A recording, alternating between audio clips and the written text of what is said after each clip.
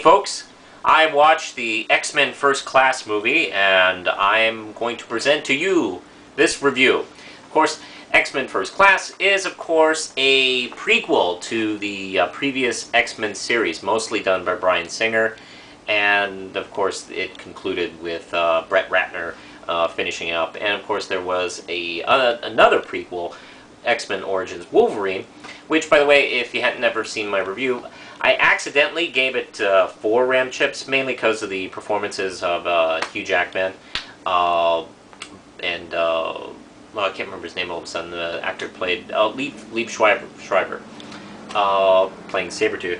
I should have given that 3 or 4 RAM chips. Sorry. I don't know. I was kind of in the moment. But now we're into the new X-Men film. And it lays a lot of the groundwork for the previous film version of the X-Men. Now this one, Bryan Singer isn't back in the director's chair, but he was a co-producer on this. Matthew Vaughn, who directed Stardust, Kick-Ass, is directing this. We have James McAvoy as Professor X, Michael Fassbender as Magneto, Kevin Bacon as Sebastian Shaw, Jennifer Lawrence is Mystique, Nicholas Hoult is Hank McCoy, Beast, and January Jones is Emma Frost. Now, not the biggest X-Men fan in the world, I have to admit, but I do appreciate a lot of what the book stands for. I do enjoy the fact that it very cleverly works in political metaphors, kind of tying in to the regular superhero actions. Therefore, it's always been, even from its inception, more than just another superhero book. And this film, I think, does it the best. Than any of the previous films, even the first 2 Bryan Singer ones, actually. And 3 is mixed bag as that was. It did try, I gotta admit that, but this film succeeds the best, and goes further back in time to 1960s, all the way back to the Cuban Missile Crisis, actually, which I think was a really brave choice by the producers and filmmakers. I have to admit, over the last few years, I felt like Fox was just, doing whatever they felt like with this franchise.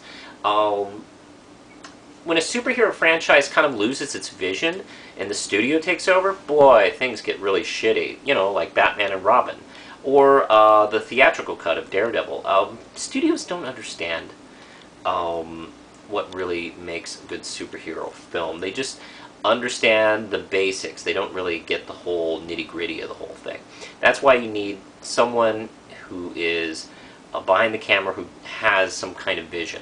By the way, the script, I'm going to point out, I don't normally talk about the screenwriters on films, unless it was made by the same filmmaker, but the script was written by 4 people, credited on IMDb. Ashley Miller, Zach Stens, Jane Goodman, and Matthew Vaughn, the director. And I like to point that out because I think their script is really tight, especially for a big summer movie. I don't think there's any wasted space here. I think a lot of political statements mixed in with action, as well as some wonderful character moments in this film. The Fantastic Four are Marvel's first family, but I've always thought the X-Men is kind of Marvel's outcast family. And this works very well with that. And where we get to see Professor X, even as a child, kind of start to build like a union with other mutants, where he feels like he's not alone. He suspects it. And then, of course, it runs into Mystique, who's obviously been on the run since she started to mutate. And their initial meeting as children, not even really hinting at the previous films that there was any kind of relationship between them.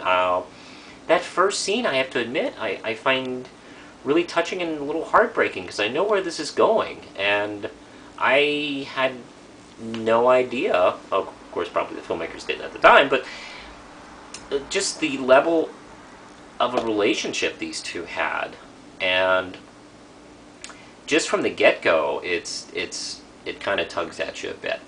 Also, Xavier's relationship with Magneto, one of my favorite moments, actually.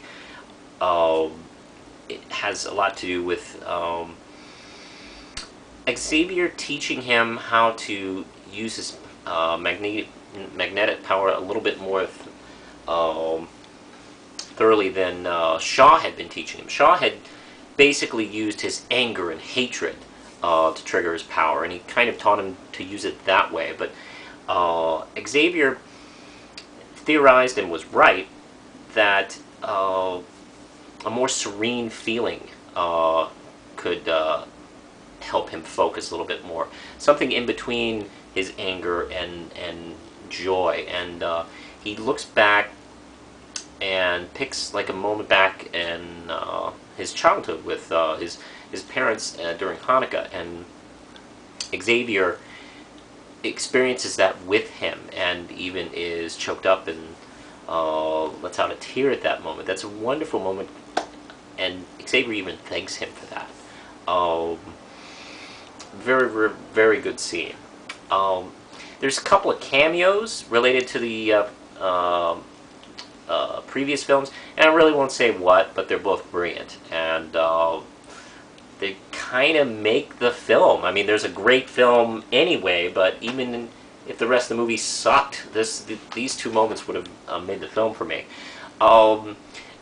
James McAvoy is excellent as Professor X. He really does have he puts a lot of youthful vigor into this character, and also there's something that we didn't suspect, but a party guy he was. But he's also smart, and he also is optimistic. He's the same guy we've seen in the previous films, but we do see a different side of him.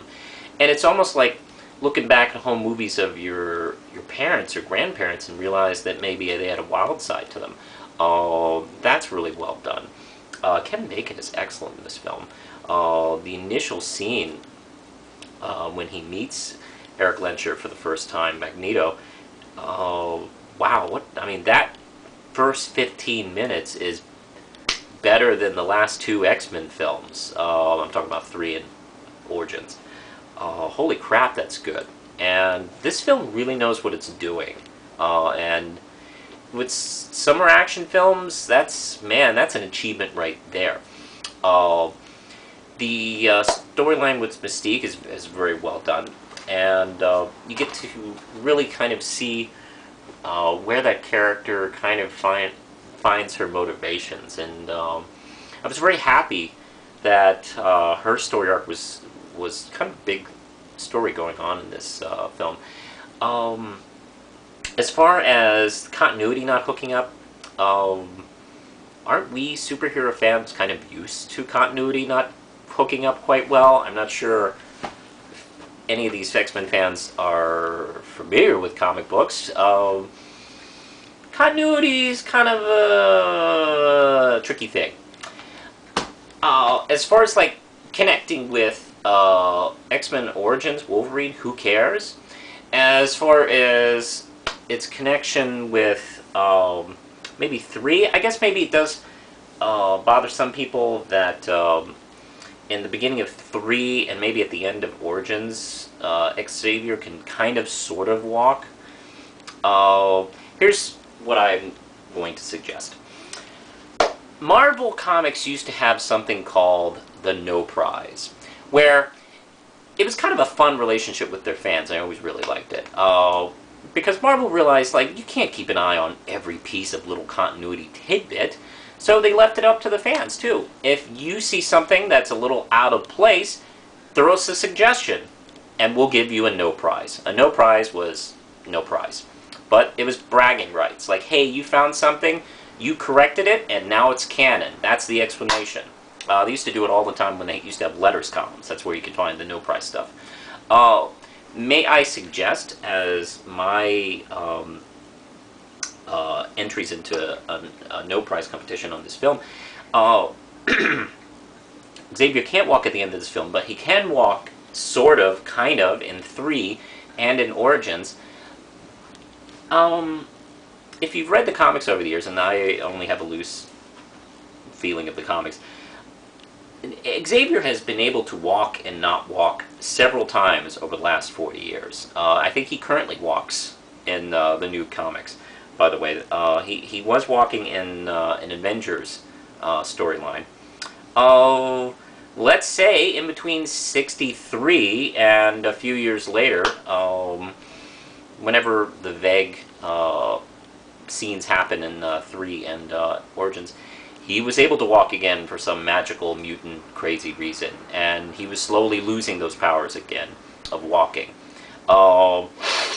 Emma Frost shows up as a teenager in X-Men Origins. Well, I don't know. Fuck. You know, there's been characters de-age. Magneto's been turned into a baby a couple of times in the comics. Maybe that happened to her, and the incident here helped kind of her realize that maybe she was, I don't know, whatever. But I don't know. Maybe those are my submissions for the continuity errors. You know, it's not that serious, and it's such a great film. It's very forgivable. I'm going to give this film 5 Ram Chips. This is easily one of the best films, not only of the summer, but not only of comic book films, not only of the X-Men series. It's one of the best films I've seen this year. Matter of fact, I dare say it's the best X-Men film made, even better than 1 and 2, and I really, really like 1 and 2. I think that's about it. Push the button, Lindsay.